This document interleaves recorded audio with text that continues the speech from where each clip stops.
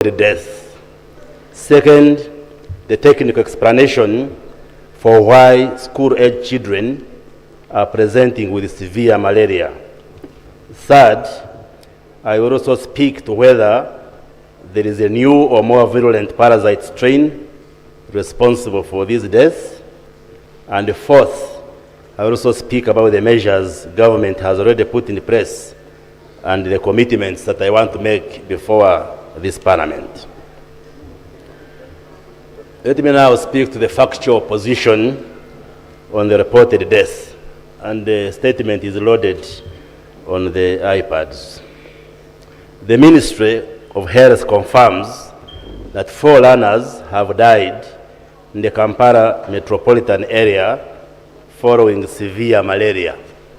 2 at Makerere College School, 1 at Mengo Senior Secondary School, and 1 at Gayaza High School. And for completeness, and to avoid the conflation of unrelated incidents in the public discourse, we also want to press on record that separate recent learner deaths also occurred in other schools, but these deaths were not related to this surge in malaria and are not part of this malaria cluster. I have provided a table that indicates the number of deaths in the various schools. Makerere College School, the cause of death of the 2 learners was due to severe malaria. Mengo Senior Secondary School, 1 child died due to severe malaria. In Gayaza High School, 1 learner also died due to severe malaria.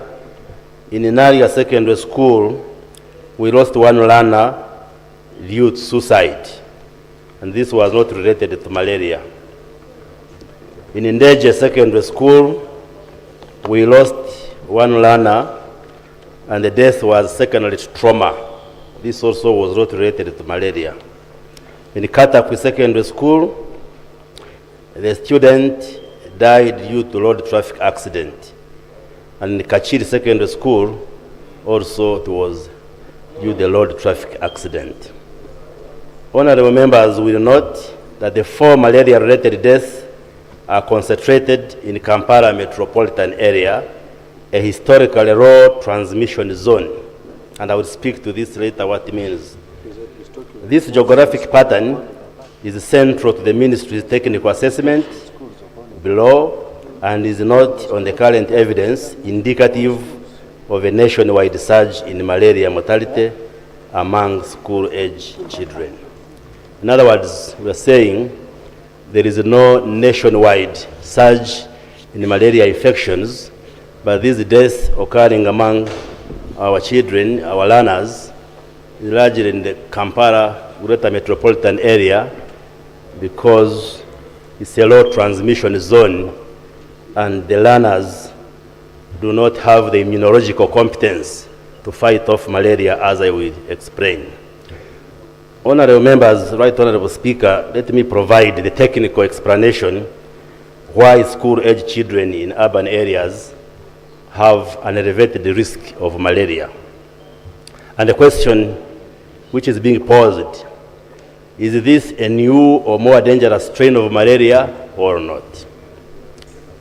Right Honorable Speaker, I want to address this question directly and without ambiguity, because it is a question that has understandably alarmed the parents and the public.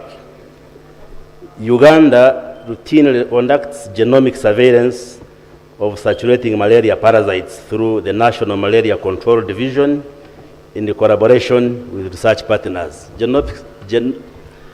Genomic surveillance refers to the analysis of genetics of the parasites to see whether what is causing this outbreak or infection is different genetically from the other parasites. So we usually carry out those assessments and analysis.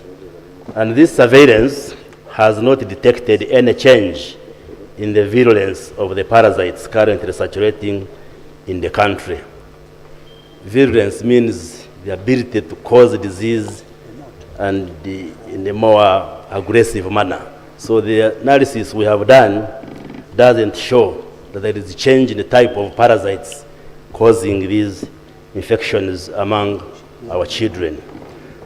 So Plasmodium falciparum, which is the parasite which causes malaria, remains as it has for decades the dominant species in Uganda and accounts for approximately 97% of infections, and it is well established as the species responsible for the most severe forms of the disease.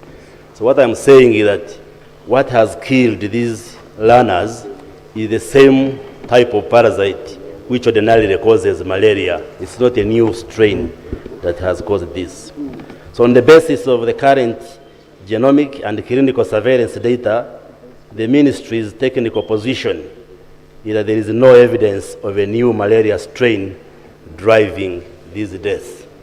So I am just alluding the fears because the issue being raised was that there is a new strain of malaria parasites. And I'm saying, you know, it is the ordinary parasite that is causing these deaths.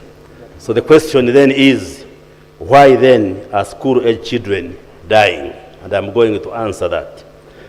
The explanation lies not in the parasite, but rather in the immunological profile of the affected population.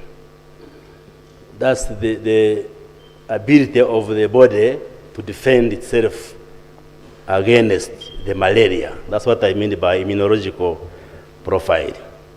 Uganda's sustained investment in malaria control over the past 2 decades, and the measures include long-lasting insecticide nets, and I hope all of you sleep under mosquito nets as members of parliament.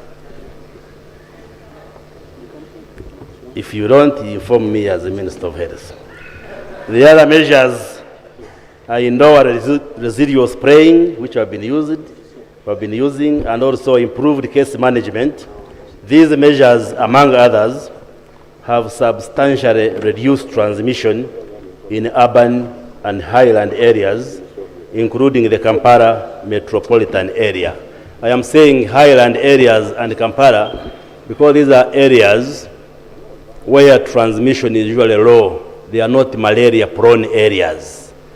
And in such places, you'll find the people do not have acquired immunity against infection because they are not exposed. Now, for those who come from areas where there's a lot of malaria, you get that immunity, the defense system in your body. But if you are from an area, Kampala, highland areas, because there is no high frequency of malaria, then your body doesn't develop enough defense against it. And when you get the attack, then it becomes very severe. And this is what is causing the problem in the children. So this is, on its own terms, a public health success. Success meaning the other interventions we have been providing. However, it has produced a well-documented epidemiological paradox that children growing up in these low transmission areas are exposed to malaria parasites less frequently in early childhood and therefore do not build up the same level of acquired immunity as children in high transmission rural areas. And that's the explanation I am giving. That children who are in areas with high density of malaria, they develop immunity early enough. But those from areas where malaria is not of high prevalence, they don't develop adequate defense systems in the body. And those areas include Kampala and the greater metropolitan areas and some highland areas like Chigezi, the Bugisu areas.